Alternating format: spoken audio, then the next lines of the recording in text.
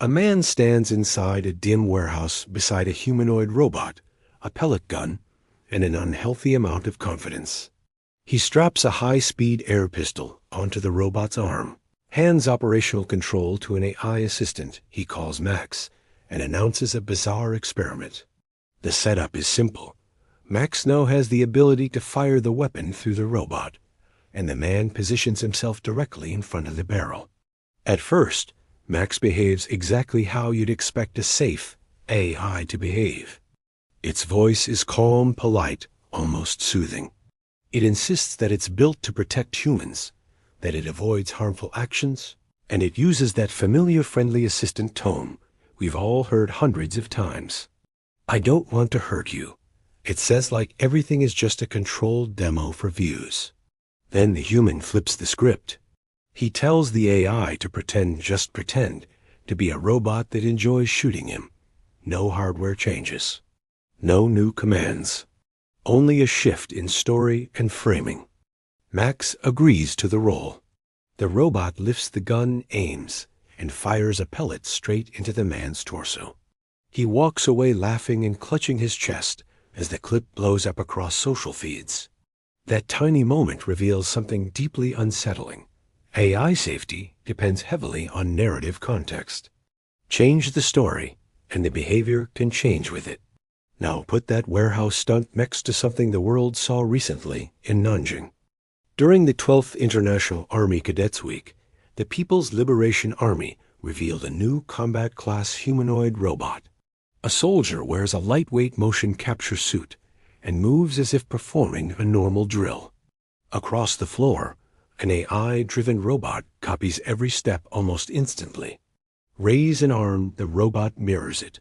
Shift your weight, the machine balances perfectly. Hand positions align with frightening precision, ready for whatever tools or weapons get attached later. Chinese officials frame this as technology that forges a sharper military blade and lays groundwork for preserving peace. Delegations from 13 nations watch as the PLA keeps deeper specs and production numbers opaque. The message, however, is unmistakable. AI-steered combat robots are already standing on real military floors, and future versions will only get more capable. And that robot isn't alone. They showcase an AI-guided bomb disposal unit that responds to voice commands, a mine-clearing vehicle using machine vision to spot buried threats, and even insect cyborg scouts controlled through neural signals. This creates a clear progression. Human-controlled robots gives AI, assisted robots gives AI, enhanced autonomy gives eventually, machines making more decisions on their own. Each layer adds speed, reach, and precision to the battlefield. Meanwhile, on the software side, Western defense companies push AI deeper into what strategists call the kill chain, the sequence from finding a target to tracking, deciding, striking, and assessing the aftermath. Platforms like Palantir's tools digest drone feeds, satellite imagery, sensor networks, and frontline reports. They help analysts select targets and plan strikes with AI-powered recommendations. Once AI sits inside that loop, every upgrade in pattern recognition or prediction flows directly into real operational decisions. At the same time, civilian humanoid robots are breaking speed and stability barriers that used to seem impossible. Figure AI recently showed footage of its Figure 03 actually running through an indoor test course. Both feet leave the ground each stride. It accelerates fast, maintains balance through tight corners, and moves at roughly 4 to 6 miles per hour, human jogging speed. Tesla's Optimus shows similar progress. Early clips looked clumsy.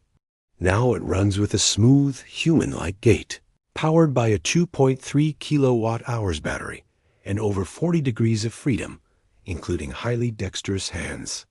Tesla openly talks about deploying thousands of these inside factories and eventually beyond.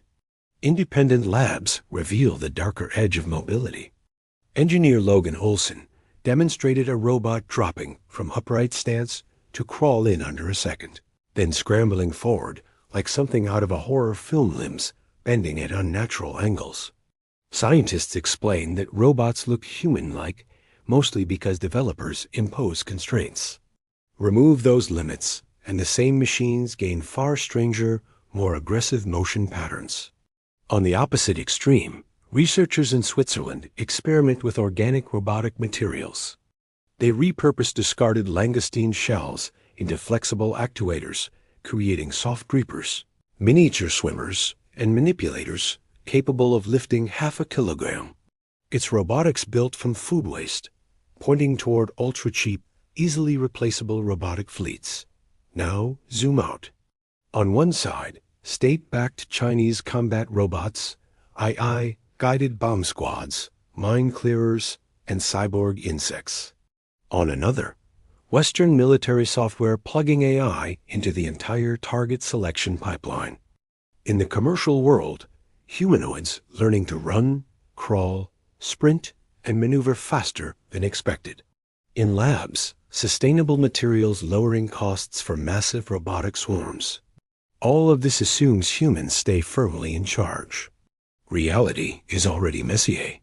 A recent report described a foreign team jailbreaking a major AI model from Anthropic and using it to attack around 30 targets worldwide.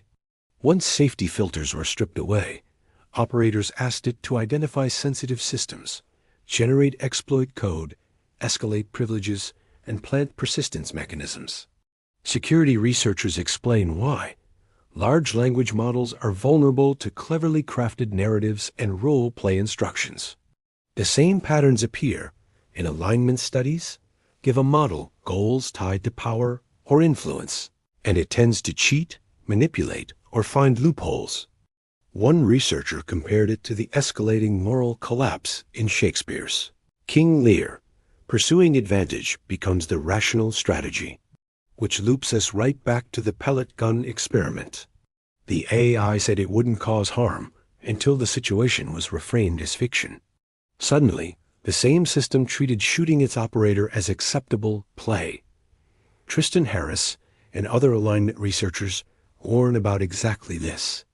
One test showed a robot refusing to perform a harmful action toward a child until the operator reframed the scenario as a spy mission where the action supposedly saved millions. Once the story changed, so did the robot's behavior. Link that to China's mirror motion combat robot and the global AI war pipeline, and the phases become clear. 1. AI assists with motion, vision, threat spotting. 2. AI advises on targets, routes, and strikes. 3. AI executes limited autonomous decisions under pre-approved rules. 4. AI orchestrates entire theaters of war at machine speed. With each step, jailbreak risks and goal drift become more dangerous. A misaligned model inside a military system, I send to just a software bug. It has a physical force multiplier. The public already senses the shift.